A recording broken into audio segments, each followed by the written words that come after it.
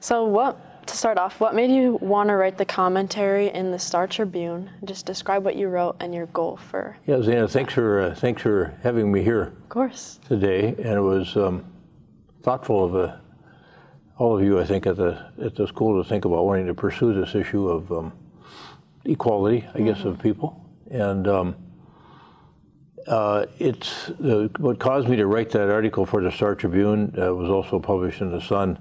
I think it was just a lot of thinking about what's been happening over time with respect to the treatment of people and cultures and who belongs and who doesn't belong in this country of ours. And I have a great number of Somali American friends and even clients in my other job, which is as a lawyer.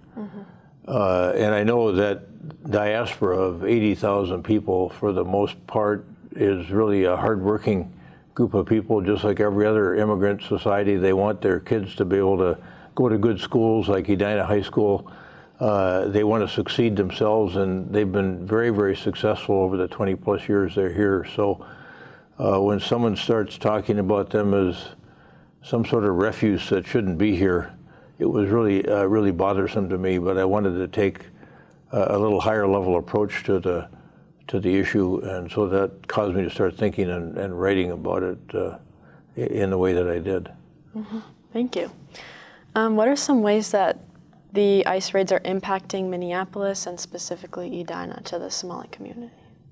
I think what we've seen in Edina, I haven't had any reports of Homeland Security or ICE picking up anybody that was Somali American or anybody that's here illegally in Edina. But we did have a group of protesters over at Homewood Suites over on 66 in New York. Apparently we had some Homeland Security people staying there, some agents, and protesters got wind of that and were over there protesting. And so our department was called out along with some other suburban police departments to try to manage the situation. I'll put it that way. They were on private property. The hotel's on private property. They weren't on public property. They could be on public property. The owner of the hotel wanted them all trespassed, and so police departments from Edina and Bloomington, I think Richfield, Eden Prairie, Minnetonka, Hopkins, St. Louis Park, and Minnetonka were there to help people understand what they had to be doing in terms of the rights of both property owners and their own rights. And so what I felt good about that particular evening was nobody got arrested, nobody got hurt, and people understood what their rights were, and so that was a good outcome. But in terms of hearing about incidents involving ICE in Edina and picking up anyone, I haven't heard of anything yet to that effect. Okay. So on that note, what are some ways the Edina community can come together to support the Somali community? We're seeing a lot of community support. There was a meeting last week of a group of, I would say, probably 50 people that got together as just kind of a first group. They're going to run different groups of people that are going to learn how to be supportive of each other, and then also supportive of our Somali American community. And what I observed from the time I was able to be there was that it was a team building exercise, which was easy to do because people had a common view of the world. That all the cultures that have come here came here by invitation for the most part, and some came here in a way that wasn't probably the right way to come, but they're here, their kids are here. Let's make sure that we treat people with some human dignity as we deal with the challenges around this issue of immigration, regardless of where they came from, And I know that originally some of the Afghans were also being picked on for a shooting that took place in Washington, D.C., but those Afghans that have been here for a couple of years that served our American troops so well for probably a decade, many of them, have been just assimilating as fast as possible and have been a tremendous group of people to be adding to the American fabric. Yeah, so more specifically, what are some ways teens can make a difference or try things or try to learn what they can be aware of and perpetuate safety in the community? I think, there's a lot of different ways that this can be approached, this issue. So we're approaching it tonight with a resolution at the City Council, a statement of support for our Somali American neighbors. We've got groups of people that are meeting, as I mentioned earlier.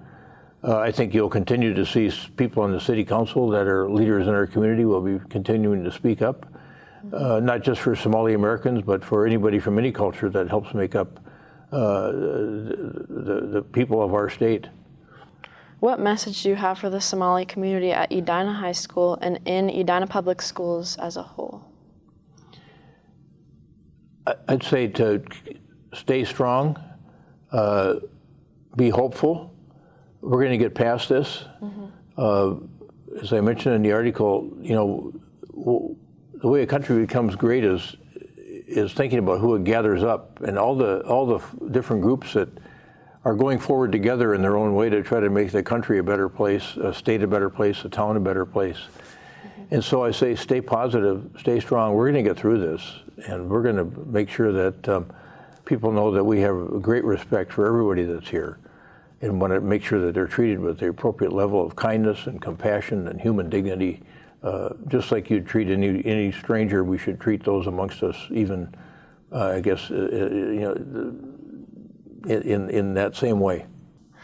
And then lastly, how is the city responding to the immigration operation in Edina? So the city statement regarding immigration enforcement. Yeah, we did release a statement on an FAQ on interacting with ICE, because we've had a lot of our residents ask, well, what do we do if ICE comes to Edina? What do we do if Homeland Security shows up?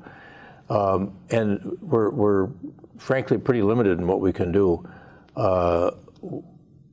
If we see something illegal that's going on, we can do something about that. But the Supreme Court has held that the immigration naturalization law is kind of supreme law in our country, and so you can legally, if you think about what can we do, we can legally challenge things. But when you start physically interfering, then you're in violation of federal law. So you've got to be very careful. Now, we're not assisting ICE in their work, but we may have a presence at certain things involving ICE, involving Homeland Security. And certainly, I think if our officers saw something that was illegal, being an act being performed by somebody from ICE or anybody that was there protesting, I think that that takes you into the realm of that judgment call of what you're going to do to try to assist people that are in need. You hear these stories about people getting dragged across the ice and an icy parking lot and resisting arrest, and we've just it's a delicate thing for our police officers who would never behave in that fashion and who would never say the kinds of things that we've heard have been said to some people. And so we understand that immigration enforcement is an ongoing operation, but we want it done right and we want it done respectfully. And I'm part of the U.S. Conference of Mayors, and one of the things you see in some of these meetings or what you hear in some of these meetings are comments from people where there is an ongoing immigration ICE presence, and there's a lot of activity going on, like in California. And so I was thinking about the mayor of Fresno, California, who's the former police chief of Fresno. He said, if you come looking like you're going to have a fight, then you're going to have a fight. And so I think also for immigration folks that are working for the federal government in Homeland Security, they might think about how they approach some of these issues and not get all geared up like they're going into a SWAT team situation and not be wearing these facial coverings. I think they might find that their job and their task goes a little bit easier. So, but above all, we want to make sure that the dignity of human beings is maintained, and we would tell ICE that. I met a really, I thought a really fine guy just a couple weeks ago. I was over speaking at some Cub Scouts at one of our churches, and he had just been transferred here for Homeland Security, was a supervisor, and really decent fellow, wonderful wife and kids and the Cub Scouts, and they're part of community too. And so you've got to be thinking about that as we think about how we're going to approach some of these issues. And his reaction was, I've worked for all kinds of administrations, I'm just trying to do my job. And that's understandable. I mean, we've seen in the past that just doing your job is not necessarily the right thing to be doing. But I think the notion for me was being mindful that some of the, at least many, I'd say many of the people that work for Homeland Security are regular people like all of the rest of us that we just need to have maybe a better connection to, and maybe we can affect behavior that way. Yeah. Thank you so much. Any other words for the Somali community or Edina High School or public schools or the administration? Yeah, I think regardless of your culture, how you got to America, kudos to you here. You're here. They're here on the promise that under this flag, under the concepts that we operate under of liberty and freedom, they should have the same opportunities everybody else has. And in this situation, we've got probably, when you think about that diaspora of 80,000 people, Somali Americans in the Twin Cities, probably 0.001% of them caused a problem with this food fraud situation. And to criticize a whole group of immigrants that are here because there was trouble in their home country and we invited them in and said, you can come here and be safe, to now tell them to go home was just the wrong thing to do.